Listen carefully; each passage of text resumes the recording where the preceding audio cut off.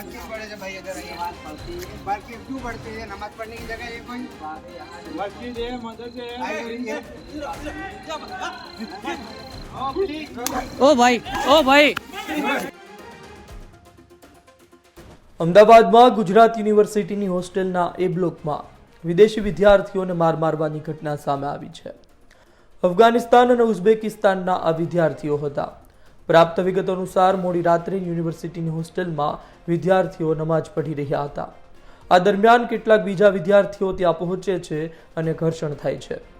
વિદ્યાર્થીઓ કહે છે કે આ જગ્યા પર નમાજ કેમ પઢી રહ્યા છો? જવાબમાં હુમલો કરવામાં આવે છે. ત્યારબાદ મામલો વધુ તંગ બને છે. આ ઘટનામાં 3 જેટલા વિદ્યાર્થીઓને ઈજા પહોંચી હતી. તેમને એસવીપી હોસ્પિટલમાં સારવાર આપવામાં આવી છે. જ્યારે સામે પક્ષે પણ વિડીયો વાયરલ કરવામાં આવ્યો છે. કહેવામાં આવી રહ્યું છે કે વિદેશી વિદ્યાર્થીઓને નમાજ પઢવાની ના પાડવામાં આવતા તેમના દ્વારા પહેલા માર મારવામાં આવ્યો. नमाज क्यों पढ़े थे भाई? इधर आइए। बात क्यों पढ़ते हैं? नमाज पढ़ने की जगह ये कोई मस्जिद है, मदरसे है। ओ भाई ગુજરાત યુનિવર્સિટીમાં બનેલી ઘટનાના ઘેરા પ્રત્યાઘાત પડ્યા છે. સમગ્ર ઘટનાને પગલે અમદાવાદ સર્કિટ હાઉસમાં ગૃહ રાજ્યમંત્રી હર્ષ સંઘવીએ બેઠક બોલાવી છે. રાજ્યના ડીજીપી સહિતના ઉચ્ચ અધિકારીઓ હાજર રહેશે. સમગ્ર ઘટનાને લઈ ગૃહ રાજ્યમંત્રી હર્ષ સંઘવીએ રિપોર્ટ માંગ્યો છે.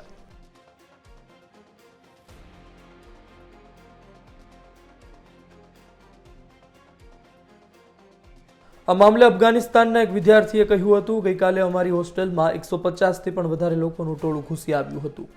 આ ટોળાએ અમારી નમાજ બંધ કરાવી હતી, અમને માર્યા હતા, તો હોસ્ટેલના રૂમમાં ઘૂસીને તોડફોડ પણ કરી હતી.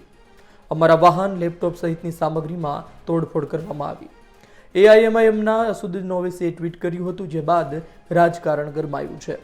આ બાબતે ગુજરાત યુનિવર્સિટી પોલીસ સ્ટેશનના પીઆઈ એસ.બાર બાવાએ કહ્યું છે કે ગુજરાત યુનિવર્સિટીમાં બબાલ થયાના સમાચાર મળતા પોલીસની ટીમ તાત્કાલિક ઘટના સ્થળે પહોંચી હતી. તપાસ હાથ ધરી હતી. ઈજાગ્રસ્ત વિદ્યાર્થીઓની પૂછપરછ હાથ ધરવામાં આવી હતી. આરોપીઓની શોધખોળ શરૂ છે. જ્યારે પૂર્વ ધારાસભ્ય ગ્યાસુદ્દીન શેખે સરકાર પર પ્રહાર કર્યા હતા. તારીખ 16મી માર્ચની રાતે ગુજરાત યુનિવર્સિટી કેમ્પસમાં બ્લોક એ કે જ્યાં ઇન્ટરનેશનલ વિદ્યાર્થીઓ ત્યાં ભણવા માટે આવે છે, એ લોકોને ત્યાં પ્રાર્થના માટે રૂમ પણ ફાળવવામાં આવી છે. એવામાં અફઘાનિસ્તાન, ઉઝબેકિસ્તાન અને શ્રીલંકાના મુસ્લિમ વિદ્યાર્થીઓ ત્યાં નમાજ અદા કરી રહ્યા હતા. એવા સમયે કટ્ટરવાદી સંગઠનોના કેટલા અસામાજિક તત્વો ત્યાં ઘસી આવે છે અને એમની પર હુમલો કરે છે. એમના પગમાં ચાકુ પણ મારે છે, દંડાથી પણ મારે છે, એમના રૂમમાં તોડફોડ પણ કરે છે, એમનો લેપટોપ પણ લૂંટી જાય છે, એમની પાસે જે પડેલા પૈસા એ પણ લૂંટી જાય છે. એ બધી જ વસ્તુઓ વિડીયોની અંદર બિલકુલ જે છે પ્રમાણિત રીતે આપ જોઈ શકો છો.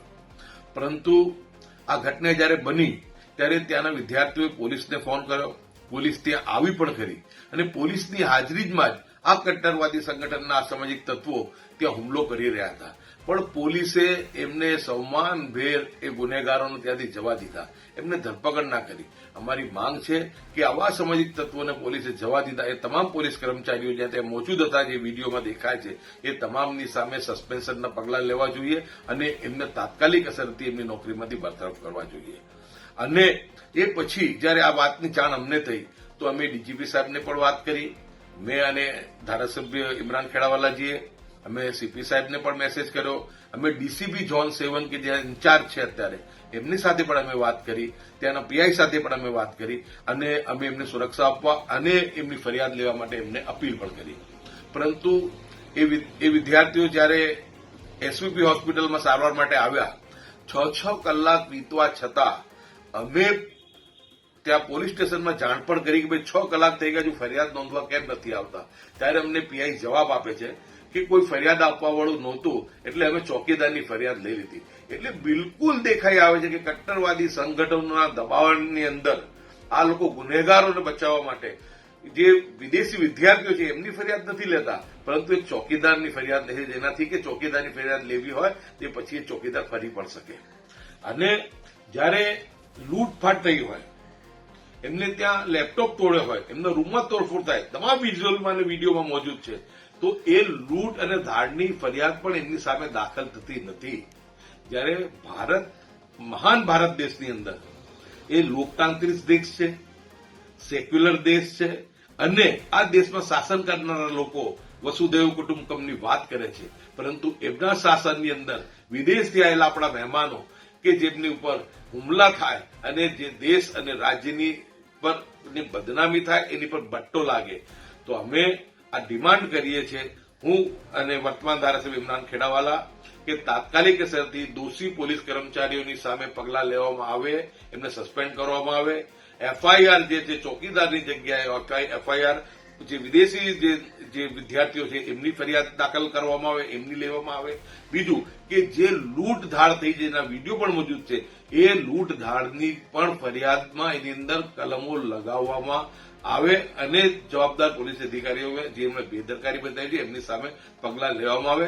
વિડીયોમાં સાફ દેખાઈ આવે છે કે જે ગુંડા તત્વો, લુખા તત્વો છે તે નારેબાજી કરી રહ્યા છે, એટલે કોઈને શોધવા જવાની જરૂર નથી, એ બધા જ વિડીયોમાં મોજૂદ છે. એ તમામની સામે કાયદેસર કડકમાં કડક કાર્યવાહી થાય એવી હું અને વર્તમાન ધારાસભ્ય ઇમરાન ખેડાવાલા જે છે રાજ્યના ડીજીપી, રાજ્ય અમદાવાદના સીપી, રાજ્યના મુખ્યમંત્રીશ્રી અને રાજ્યના ગૃહમંત્રીશ્રી સમક્ષ આ વાત મૂકીએ છીએ.